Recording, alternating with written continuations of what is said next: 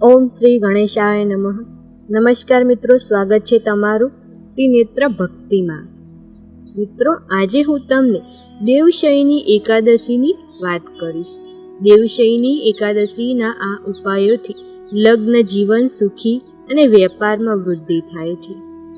સનાતન ધર્મમાં એકાદશી તિથિને વધુ મહત્વ માનવામાં આવે છે. આ શુભ તિથિએ શ્રી હરિ અને ધનની દેવી લક્ષ્મીની વિશેષ પૂજા કરવામાં આવે છે. આ ઉપરાંત જીવનમાં સુખ શાંતિ પ્રાપ્ત કરવા માટે પણ ઉપવાસ કરવામાં આવે છે. દેવશયની એકાદશીના ઉપાયો જ્યોતિષમાં વર્ણવવામાં આવ્યા છે કે એવું મનાય છે કે આ ઉપાયો દ્વારા વ્યક્તિ તમામ કાર્યોમાં સફળતા પ્રાપ્ત કરે છે. એકાદશી વ્રત દર મહિને 2 વાર કરવામાં આવે છે, એક કૃષ્ણ પક્ષમાં અને બીજું શુક્લ પક્ષમાં. અષાઢ માસના શુક્લ પક્ષની એકાદશી તિથિ દેવશયની એકાદશી તરીકે ઓળખાય છે. આ વખતે આ વ્રત 17મી જુલાઈના રોજ છે.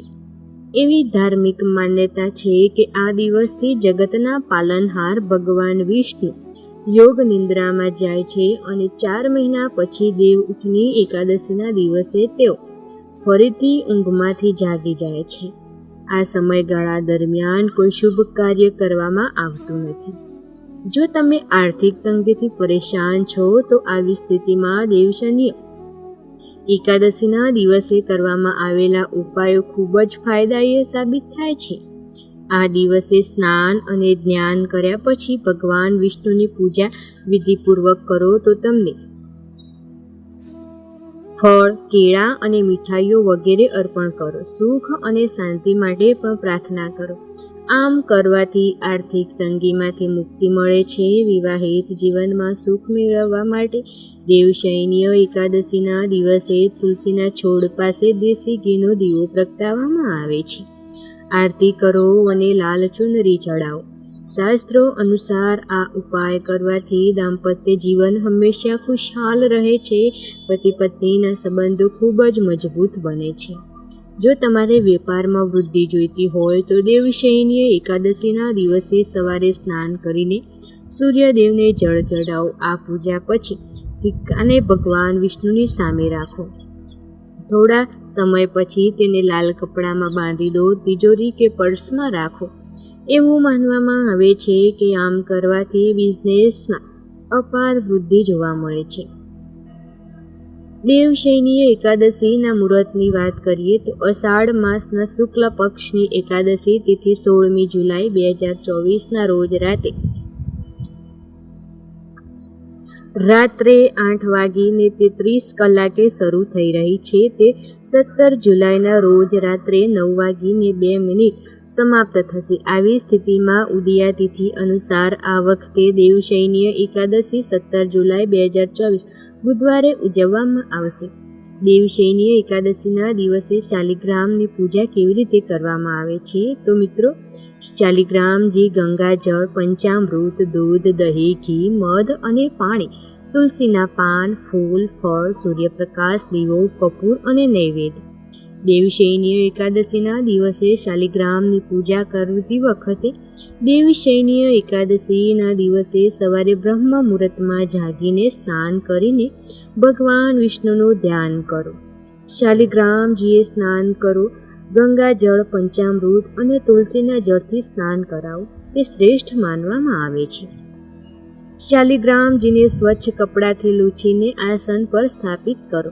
ભગવાન વિષ્ણુ અને શાલિગ્રામજીને ફૂલ, ફળ, ધૂપ, દીવો, કપૂર અને નૈવેદ્ય અર્પણ કરો.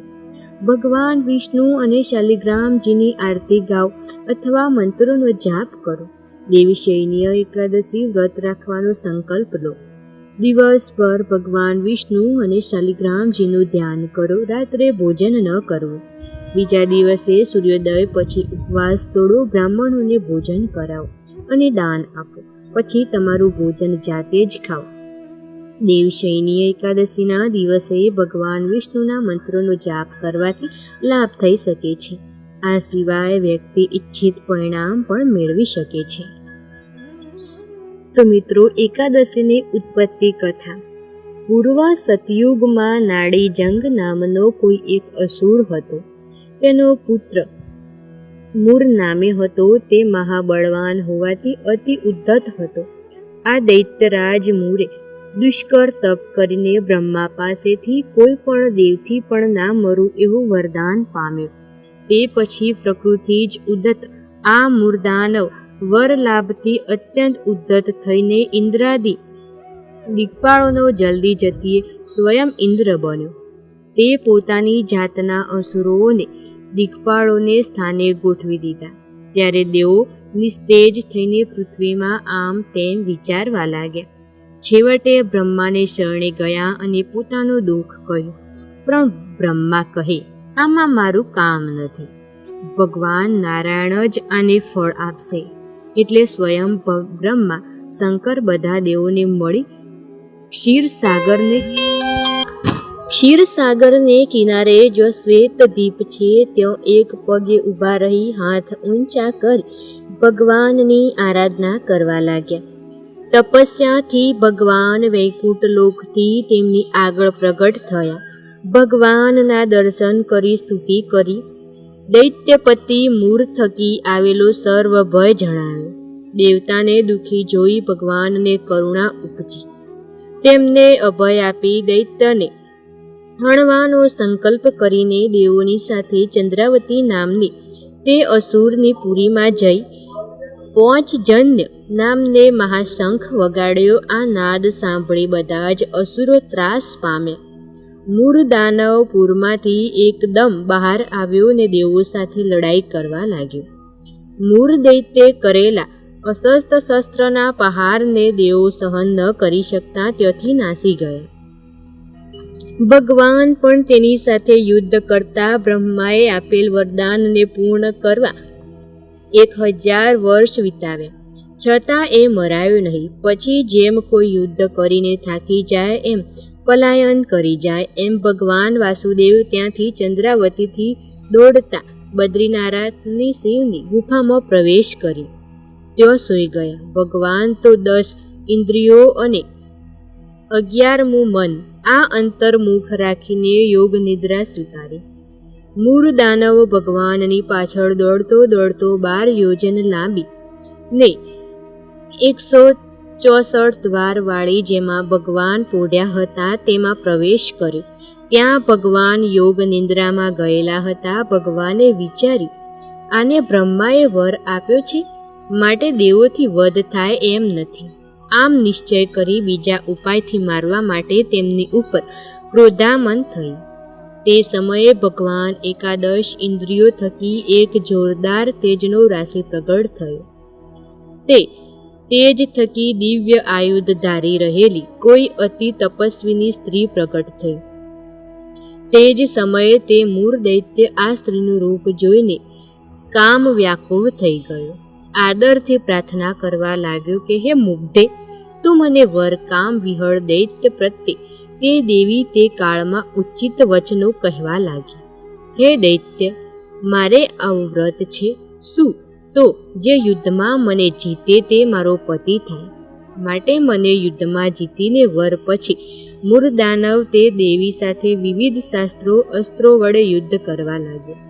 મહાક્રોધને પામેલી તે દેવીએ ખંડજ્ઞ કરીને દૈત્યનું મસ્તક છેડી નાખ્યું.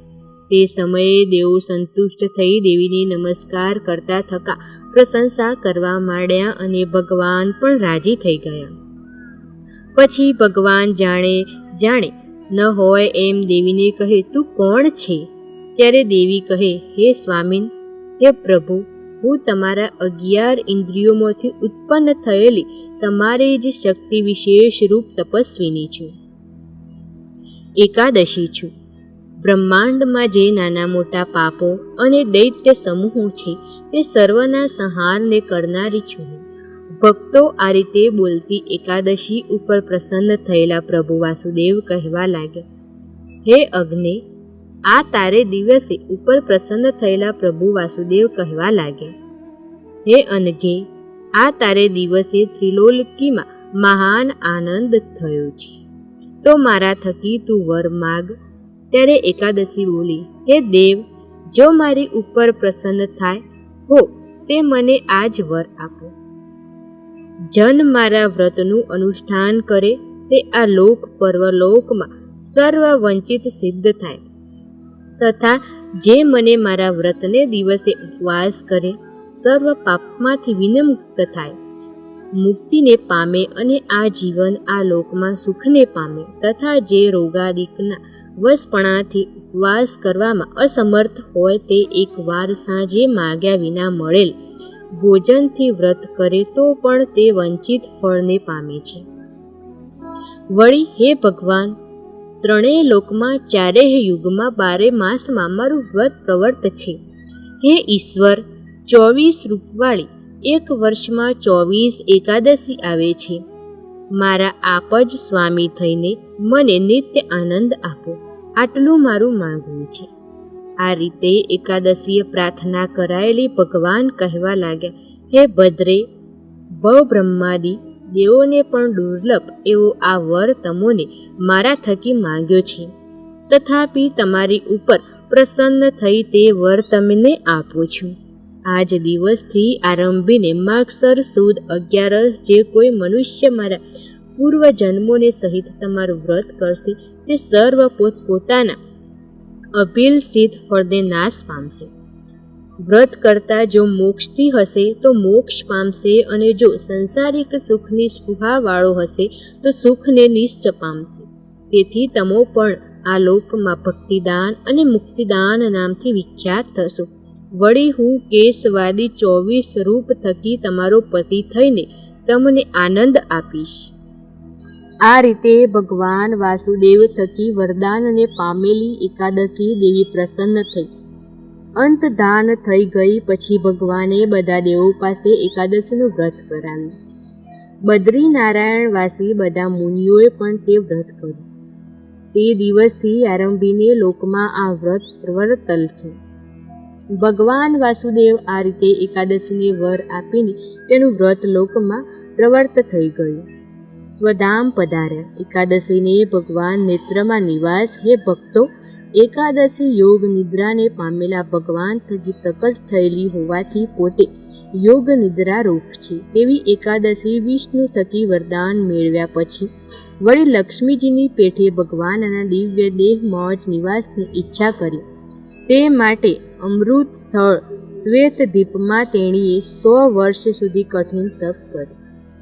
એકાદશીની ભક્તિ અને તપથી ફરીથી પ્રસન્ન થયેલા ભગવાન પ્રગટ થયા અને કહ્યું કે હે પ્રિય, મારા થકી વર માંગ. ત્યારે એકાદશી કહે, જો તમો મારી ઉપર પ્રસન્ન થયા હોય તો લક્ષ્મીજીની પેઠે મને પણ આપના એક અંગમાં નિવાસ આપો.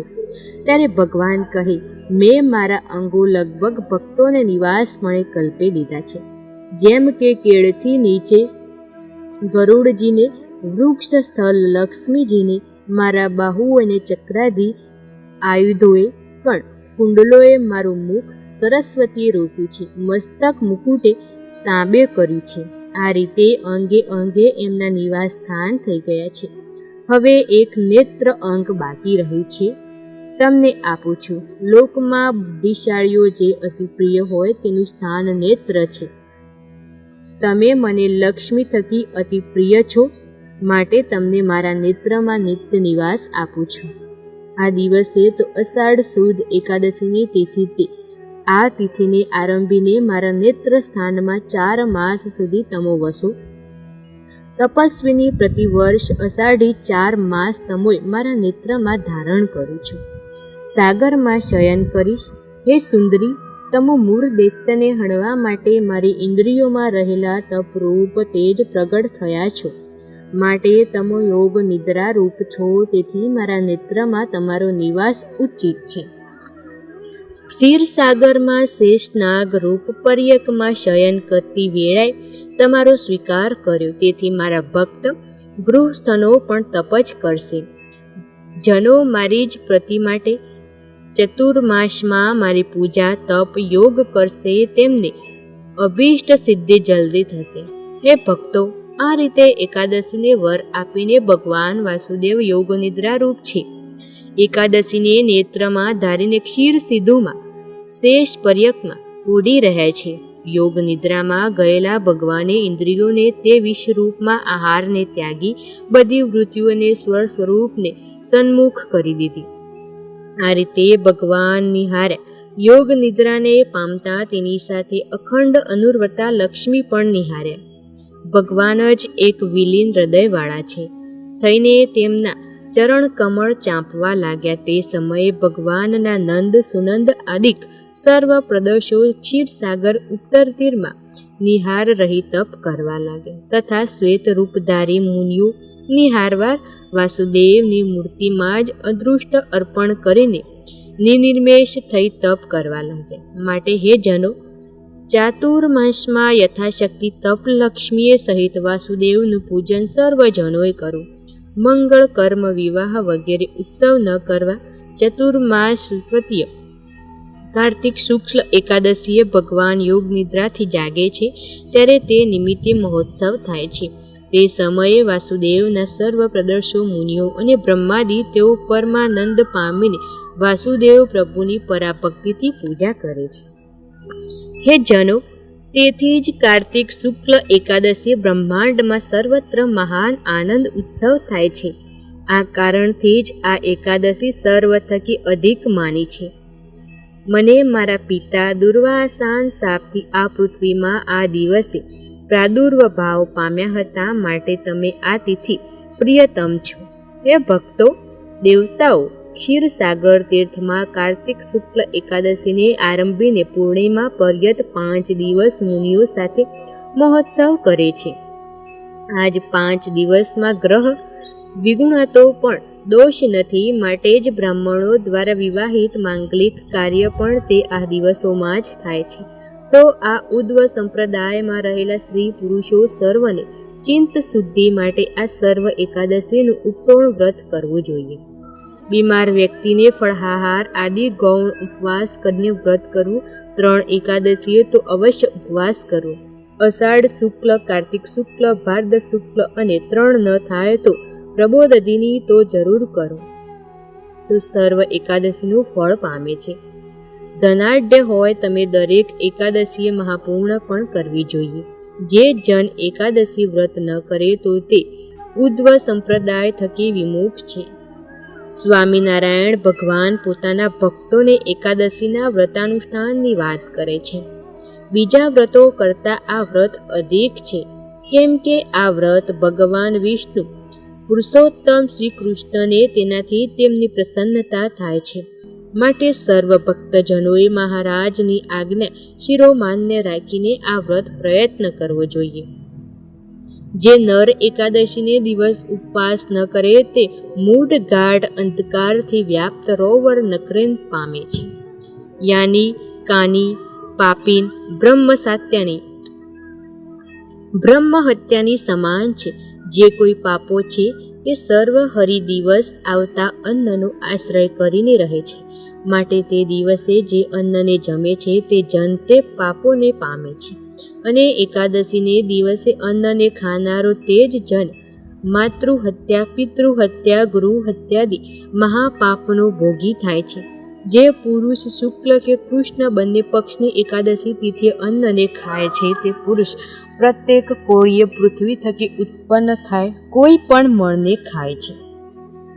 બ્રહ્મ હત્યાનું શાસ્ત્રમાં પ્રાયશ્ચિત કર્યું છે કે એકાદશીના દિવસે અન્ન ભક્ષણ તો કોઈ ધર્મ ગ્રંથમાં પ્રાયશ્ચિત કરવું જ નથી, કે જેથી તે શુદ્ધ થાય. આ વ્રત સર્વ આશ્રમને સાધારણ છે.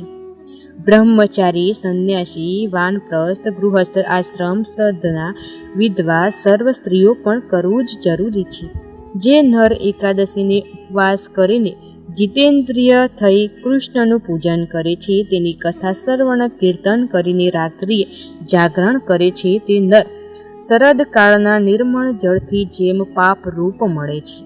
જો સુધી મનુષ્યએ ઉપવાસ નામનું શુભ એકાદશીનું વ્રત નથી, ત્યાં સુધી મોટા એવા પણ પાપ દેહમાં રહે છે. આ વ્રતનું અનુષ્ઠાન કરતાં મોટા એવા પાપો નાશ પામી જાય છે. કુરુક્ષેત્રમાં ચંદ્ર કે સૂર્યના ગ્રહણમાં કરેલ ગૌદાનથી જે પુણ્ય થાય છે એકાદશીના ઉપવાસથી થાય છે. 60,000 વર્ષ પર્યંત પ્રતિદિન લાખ તપસ્વી ભક્ત બ્રાહ્મણોને જમાડનાર જનને જે પુણ્ય થાય છે તે પુણ્ય દ્રઢ ધર્મ ભક્તિએ સહિત એકાદશીનું વ્રત કરનારને પણ થાય છે. આ એકાદશી સમાન પાવન બીજું કોઈ પણ વ્રત નથી. આ વ્રતથી જે જન જેને ઈચ્છે તેને મળે છે. આ વ્રત કરનાર વ્યક્તિ માતાના કુળમાં 10, પિતાના કુળમાં 10, બીજાના કુળમાં 10 અને પોતે એમ 31 જોડનો સંસાર થકી ઉદ્ધાર કરે છે. આ એકાદશી કલ્પવૃક્ષ ચિંતામણી આદિકની પેઠે પોતાનું વ્રત કરનારને સમગ્ર વંચિત ફળ આપનાર છે. જે લોકો એકાદશી વ્રતને ભગવદ ભક્તિપૂર્વ કરે છે, નરો ઉત્તમોત્તમ થઈ ચતુર્ભુજ રૂપે ગરુડ ઉપર બેસી વનમાળાધારી પિતાંબરધારી થઈને ભગવાન ધામને પામે છે, અર્થાત ભગવાનનું જે સાલોક્ય સ્વરૂપ્ય મોક્ષને પામે છે, તેઓ ફરીને સંસારને ક્યારેય નથી જ પામતા. આ લોકમાં જેને જન્મ મરણ રૂપ સંસારની જેલમાંથી છૂટવું હોય અને સુખ સિંધુ હરીને પામી પરમ સુખી થવું હોય, તેણે એકાદશીનું વ્રત પરમ આદર થકી કરવું. એકાદશી એ પરલોક પાથું બાંધવાનો દિવસ છે. વધારે શું, પણ એકાદશીનો પ્રભાવ અતિ મોટો છે. આજ હળહળતા કરાળ કળીકાળના સામ્રાજ્યમાં એકાદશીનું વ્રત કરવાથી સિદ્ધિ મળે છે. જેને મોક્ષનો ખપ હોય તો તેણે દરેક માસના બંને પક્ષની એકાદશીનું વ્રત વિધિ પ્રમાણે કરવું જોઈએ. પૂર્વ ભગવાનને દેવોનો પક્ષ લઈ દૈત્યોના સામે યુદ્ધ કરી તેમાં વિજય મેળવી થાક ઉતારતા બદ્રિકાશ્રમમાં સિંહવતી ગુફામાં જઈને પોઢ્યા હતા. ત્યારે દેવોનો કટર શત્રુ મૂર્દાનવ ભગવાનને શોધતો ગુફા તરફ આવ્યો અને ભગવાનના અંગમાંથી મોહિની સ્વરૂપ કન્યા ઉત્પન્ન થઈ અને હથિયાર ધારણ કરી દૈત્ય સામે ઊભી રહી. ત્યારે દૈત્ય બોલ્યો, હે દેવી, તું કોણ છે?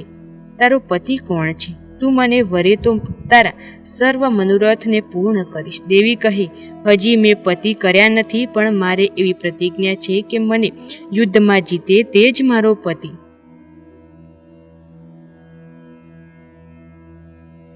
તે ધમાલમાં દેવી જીત્યા. ત્યારે ભગવાન કહે પ્રસન્ન થઈને કહ્યું, હે દેવી, આજથી તમારું નામ એકાદશી થશે અને જે તારું વ્રત કરશે તે હું મારો માનીશ અને મારા દિવ્ય ધામે પમાડીશ. આમ ભગવાને કહ્યું, માટે જેને શ્રીજીના સામિષ્યની અભિલાષા હોય, તે મોક્ષનો ખપ હોય તો એકાદશીનું વ્રત અવશ્ય કરવું જોઈએ.